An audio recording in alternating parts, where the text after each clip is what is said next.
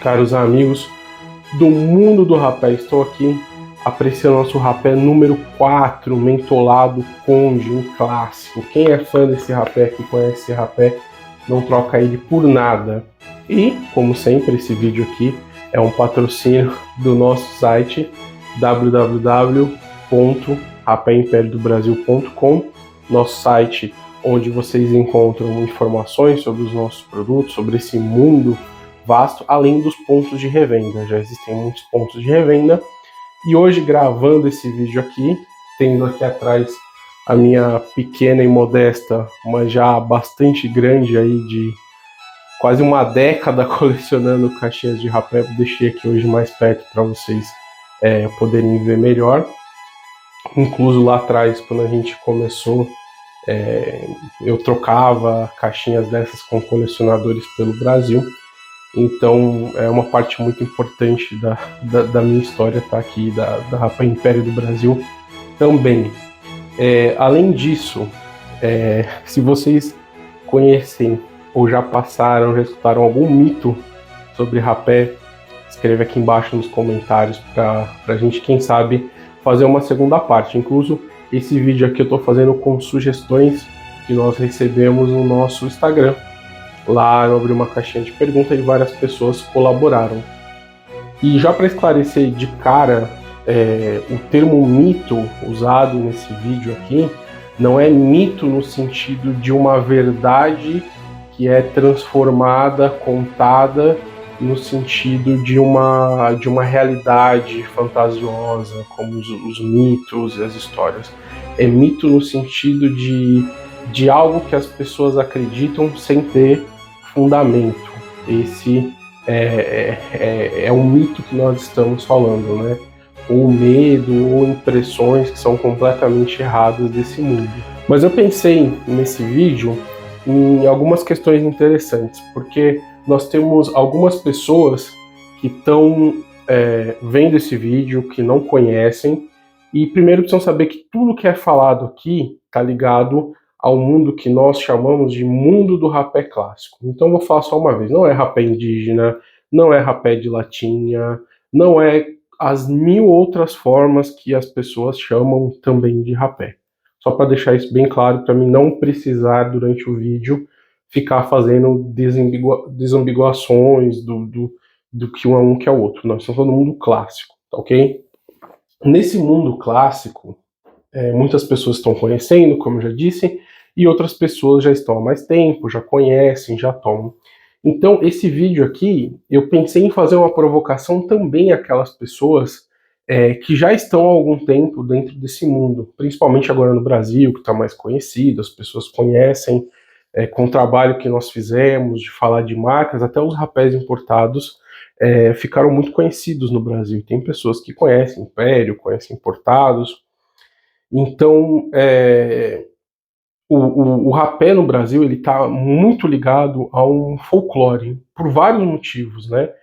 Desde de ter ficado renegado a pessoa simples, até a seu uso ser muito mal visto, a ser ligado a medicamentos, mas tudo isso eu quero pontuar aqui. Então eu vou começar a introduzir primeiro alguns mitos que as pessoas acreditam, principalmente quem é de fora, quem vê essa história de rapé, né? E já de cara, um dos primeiros grandes mitos que as pessoas acreditam é que rapé é somente tabaco moído, tá? E infelizmente, até dentro de pessoas que já conhecem os rapés, já conhecem a história, muitas vezes isso passa desapercebido, né? As pessoas acreditam que é simplesmente fumo moído misturado com Nescau, ou misturado com pó de casca de árvore, ou com pó de raiz, ou com alguma semente. E a realidade disso, que o rapé, ele é uma cultura rica. Quando nós falamos de cultura rica, nós falamos, por exemplo, do pessoal do charuto, ou do tabaco para cachimbo, onde o tabaco, ele precisa passar por uma cultura muito grande. Cultura aqui no sentido de intervenção humana que transforma aquilo durante um processo ou um processamento, tá? Em algo completamente distinto. Então, o tabaco no charuto, por exemplo, ele vai passar por processos que vão enriquecer, que vão mudar. Resumidamente, é a mesma coisa que acontece com a uva quando a uva se torna vinho. Eu não posso conceber que o vinho, por mais ruim que ele seja, né, nós falamos de vinho mesmo, o suco da uva. Não. O vinho passa por um processo de fermentação, e esse processo de fermentação, ele muda totalmente o produto inicial, né? E são processos bem feitos. Assim também acontece com charuto, acontece com tabaco para cachimbo e também com o rapé. O rapé, ele não é apenas o tabaco moído, mesmo que a gente pense num rapé aromatizado. E essa é uma confusão que existe muito no Brasil. Por quê? Porque todos os grandes fabricantes, todos os grandes ramos de rapé, seja inglês, seja alemão, eles têm processos específicos e próprios, por exemplo, de fermentação de determinados tipos de tabaco que vão chegar naquela base necessária para que seja feito aquele tipo de rapé. Então, isso é muito complexo, tá?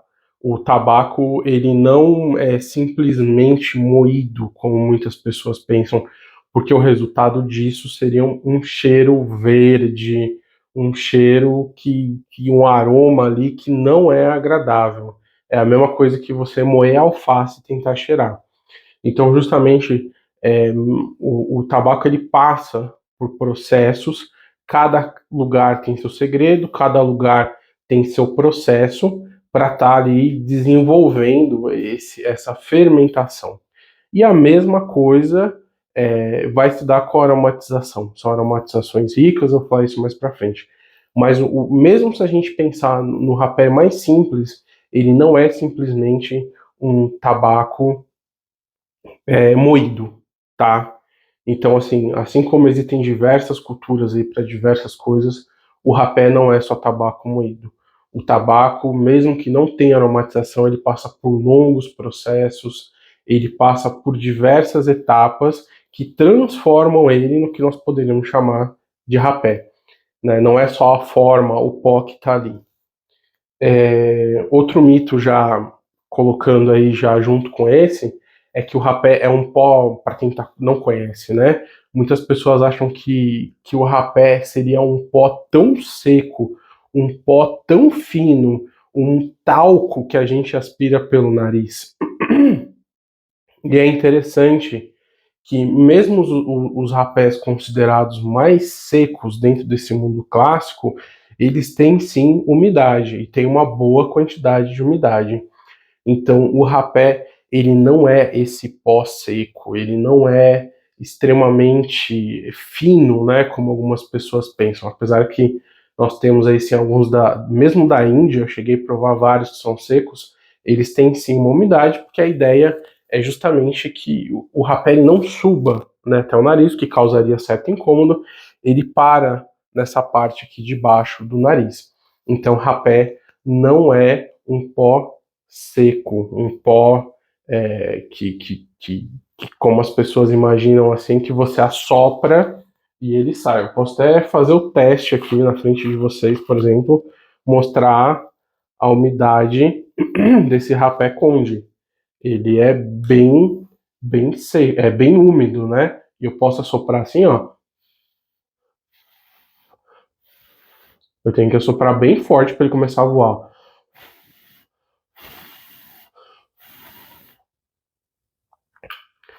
Então, isso seria muito ruim, seria uma coisa muito difícil de usar esse pó seco, tá? E quando nós falamos, outro mito aqui importante, quem está vendo de fora, né? Quando nós falamos do rapé clássico, né, na sua forma, ele não visa ser alucinógeno, ele não visa dar sensações, ele não visa trazer curas, prosperidade, limpeza espiritual e tudo mais, tá?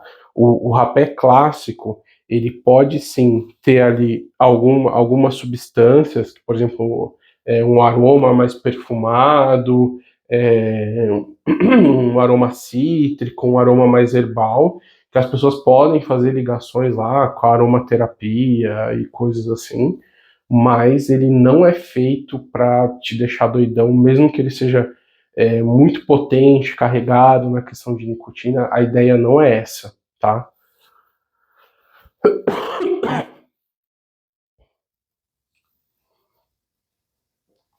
Outro mito que ficou muito forte no Brasil, principalmente que eu vejo isso, é uma ideia de que o rapé só serve para espirrar, né? Como se a pessoa que tivesse com problema de não espirrar, né? Como se tivesse uma doença. Eu tenho uma doença, eu não espirro. Aí eu vou lá, tomo um rapé e espirro.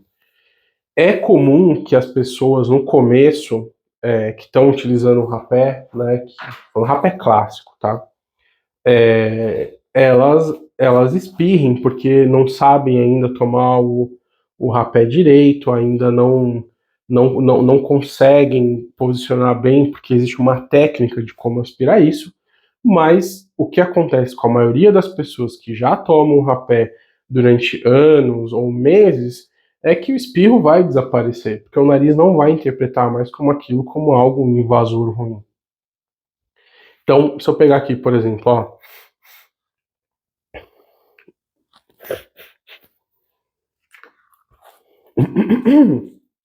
eu vou ter que depois, o que é necessário, sim, assoar o nariz para que esse rapé saia, ele não vá ser limpo pelo nariz, né? Que o nariz faz esse trabalho natural de jogar aqui para trás.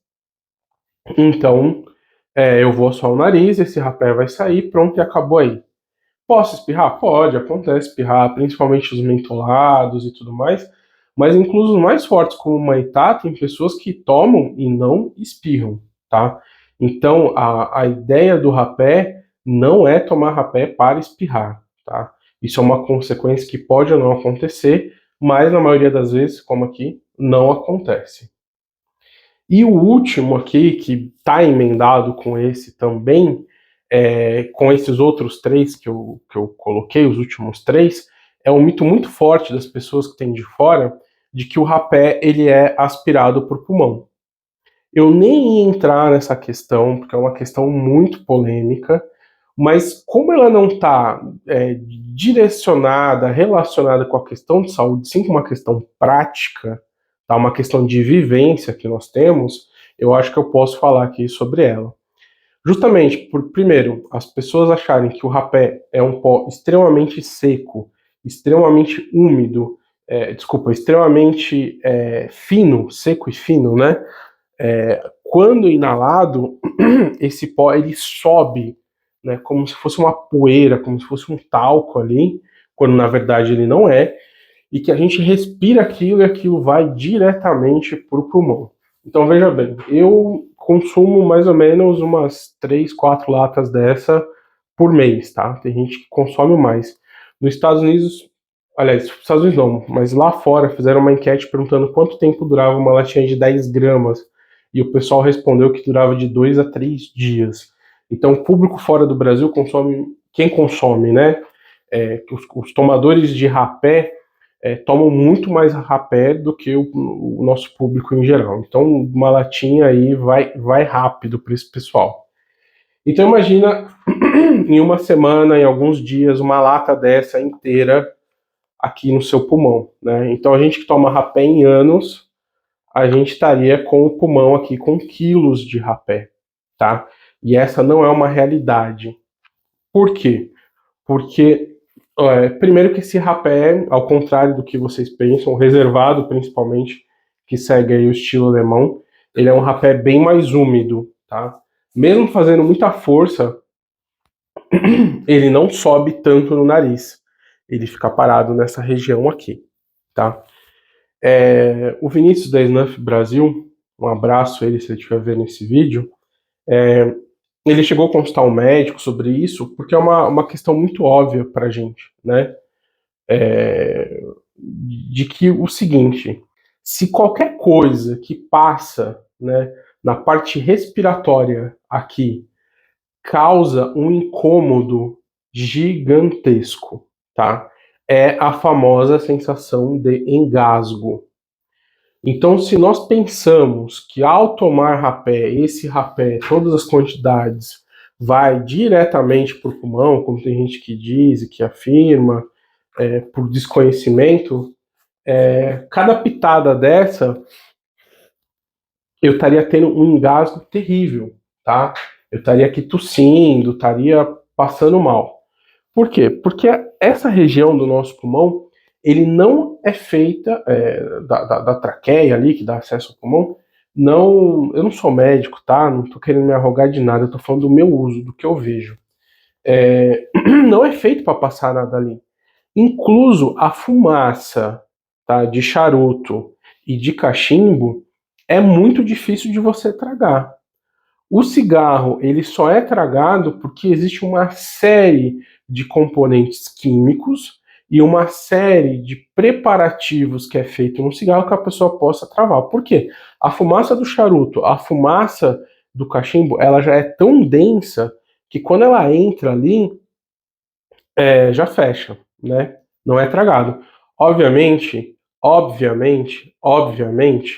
que fumadores de charuto e de cachimbo aspiram, sim, a fumaça que está no ambiente. Mas eu não vou entrar nessas questões, até você pode fazer o Healy lá, que é soltar a fumaça pela boca e aspirar pelo nariz. Ponto final nessa relação. Mas no rapé, isso não tem como acontecer, porque seria a mesma coisa que um grão de arroz passasse ali para o seu pulmão. Você ia ter um engasgo, você ia ter uma tosse, você tinha um incômodo muito grande. Mesmo nós tomadores, que acontece às vezes de tomar uma pitada e não assoar o nariz, e a pitada descer por trás, né, do nariz, é uma sensação extremamente incômoda, desagradável, que na maioria das vezes provoca até ânsia de vômito, de você estar ali, de você tossir, para tentar resolver isso. Por isso que pouco tempo depois que a gente toma essa pitada desse rapé, que é grosso, que é úmido, a gente assoa o nariz, tá? Então, essa ideia de que o rapé é um pó, de que o rapé é uma coisa X ou Y que as pessoas acham e concluem, não faz sentido nesses termos de que toda vez que nós aspiramos o rapé vai para um mas o rapé indígena. Não, eu não estou falando aqui desse tipo de rapé, tá? E basta vocês verem a população na Alemanha, população na Inglaterra, onde se consumia toneladas de rapé, então estaria todo mundo com o pulmão. Eu fiz ano passado, vai fazer um ano, eu fiz acho que 1 ou 2 raios-x aí, fiz exames por causa de pedras no rim, que eu tenho bastante, falando algo da minha vida pessoal aqui, mas eu fiz raio-x, porque eu tava com uma dorzinha aqui, fui lá, e meu pulmão estava 100%, então eu posso falar com causa própria, porque senão no raio-x teria saído 2 sacos de rapé aqui, de tanto que eu consumo, não só dos meus, como já disse, comecei a consumir rapés importados há muito tempo atrás, e estava tudo ok em relação a isso, o problema era outro. Mas, mudando um pouco aqui o foco, se bem que essa parte que primeiro serve para muita gente que se acha entendido de rapé. Vou falar um pouco para aquelas pessoas que já estão há algum tempo nesse mundo do rapé, que já conhece, que já tomam, que já provam e coisas assim.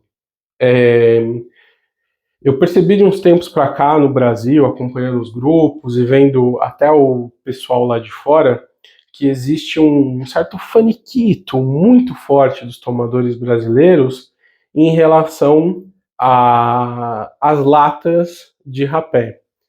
Eu creio que isso acontece no Brasil principalmente pela escassez de tabaqueiras no mercado, apesar que essas daqui de madeira estilo antigo vocês podem adquirir lá no nosso site. Então, se você gosta desse estilo de antiguidades, lá no nosso site nós produzimos essas daqui, que era uma coisa que não tinha mais no Brasil, tá? e nós voltamos a produzir, a fazer também essas caixas de madeira. Mas acredita-se que você mudando a lata, mudando o tipo do invólucro, você vai ter uma experiência totalmente diferente. E isso é uma grande falsidade, um grande mito, né, que existe em relação a isso.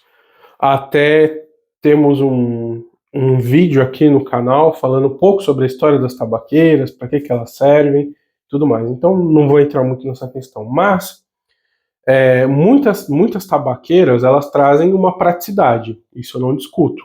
Você pode virar ali, tomar um rapé e tudo mais. Mas uma coisa que eu, né, lá atrás, quando eu só consumia determinados tipos de rapé, e o único rapé importado que vinha nessas latas de rosquear, se não me engano, era McChrystals e alguns ingleses, né? Quando eu pegava alguns rapés alemães, que vem na tap box de virar, eu sentia muita dificuldade de não poder pegar a pitada. Então eu tinha que virar, pegar a pitada, e eu gostava muito dessas latas. Por quê?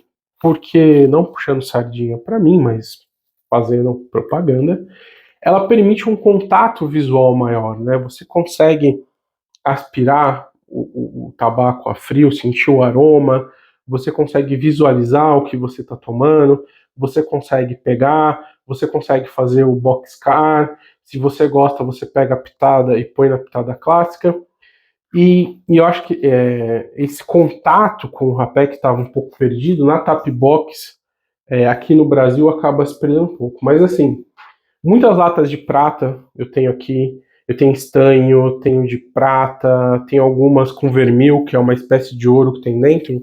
Elas não vedam tão bem, tá? Elas são latas muito mais para ostentação, são latas muito mais para serem ali utilizadas em contexto histórico. Eu tinha que comprar quilos de rapé para você depois ir tirando dali e utilizar. E também esse faniquito, muitas vezes ele coloca em risco o próprio rapé em si. Tem gente que coloca, eu já vi até colocar em caixinha de tic-tac. Então, eu tinha uns amigos que eram meio que assim no mundo do cachimbo. Eles guardavam na lata de leite ninho, misturavam vários tipos de tabaco, não se preocupava com a umidade, não se preocupava com a questão do calor, da luz. E o que aconteceu com essas pessoas que eu conhecia? Elas pararam de fumar cachimbo. Por quê? Porque se torna algo ruim. Não se torna algo prazeroso, tá? Justamente porque você não está conservando aquilo que você tem, você não está utilizando da forma correta, né, aquilo que você tem. É a mesma coisa que eu falar de você comprar um vinho caríssimo, tomar um Petrus num copo de requeijão, né? A experiência, o vinho pode ser caro, mas a experiência não vai ser boa. Então, se eu guardo um rapé numa caixinha que não vai vedar bem, eu estou desesperado, vou pegar qualquer caixinha para mudar, isso não vai acabar bem, porque o rapé, mesmo nessas aqui de metal antigo, ele pega assim um aroma metalizado desse metal, ele pode secar. Tem as de osso que são interessantes, sim, são bem interessantes, ou as de louça, ou as de madeira, que são boas, mas o propósito da caixinha não é esse. O propósito da caixinha é justamente fazer o rodízio do rapé e tudo mais. O que vai mudar a sua experiência com o rapé, vai permitir aromas diferentes serem sentidos, é justamente a forma como você toma esse rapé. Então, se você está acostumado a pitada clássica, você tem que estar no boxcar. Se você está acostumado com o boxcar, tentar na tabaqueira anatômica. Tentar aspirar mais fundo, tentar aspirar mais leve.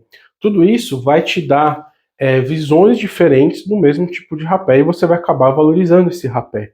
E não só mudar a lata, botar na caixa de sabonete. Gente, isso é um mito, tá?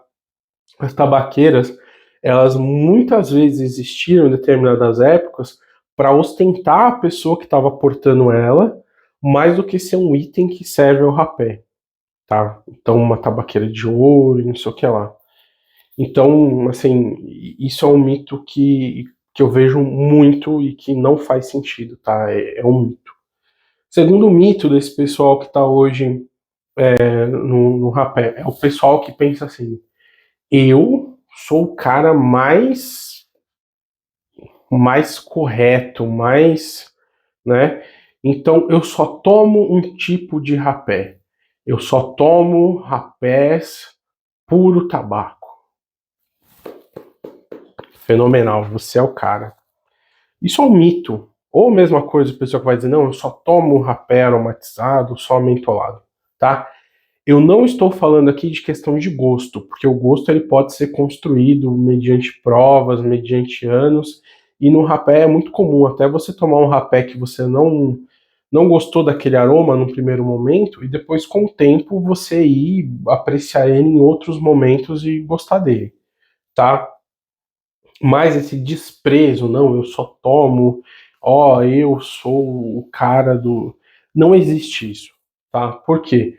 Principalmente olhando a comunidade lá fora, tá? Que o rapé clássico se manteve durante muito tempo. Porque a aromatização do rapé, ela não é como você pegar o mundo do charuto e você falar de charutos titãs, que são aqueles charutos de chocolate vendidos no posto de gasolina. Não é essa formação do mundo. Por quê? Porque justamente por trabalhar diretamente com o nariz, a aromatização do rapé, ela sempre teve presente e ela sempre foi muito, muito rica. Então, a riqueza do rapé está nesses diversos aromas. Ah, provei esse aroma, não gostei. Ótimo, é isso mesmo. Você pode revisitar ele em outro momento, você pode conhecer mais sobre ele, pode ser um aroma que não te agrada. Mas não existe esse clubismo de divisões, de eu sou. E porque assim, você vai estar sendo meio que uma pessoa ignorante no sentido de não quero nem conhecer, ou, né? E você não vai estar conhecendo sobre esse mundo vasto, onde a aromatização pode vir de mil formas possíveis. Obviamente, a aromatização do rapé, é o que eu falei lá, não é misturar Nescau com cravo e fazer uma sopa e falar isso é um aroma.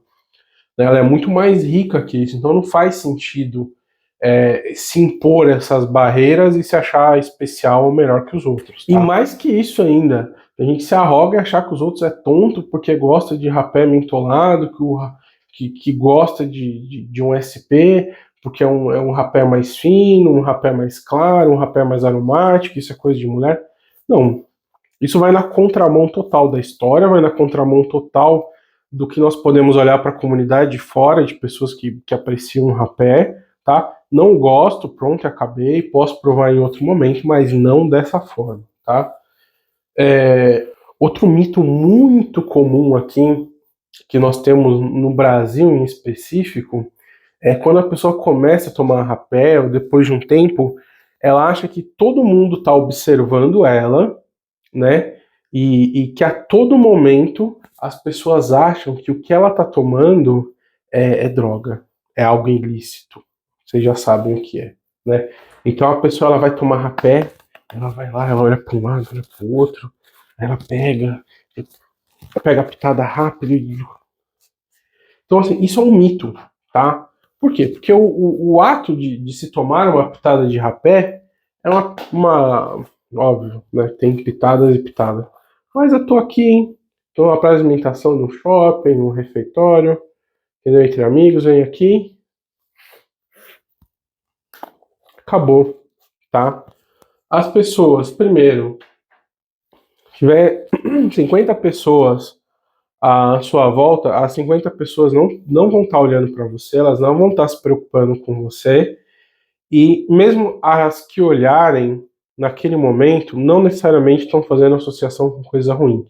Podem pensar que está enfiando o dedo no nariz, podem pensar mil coisas, tá? Mas não necessariamente vai ser isso, tá?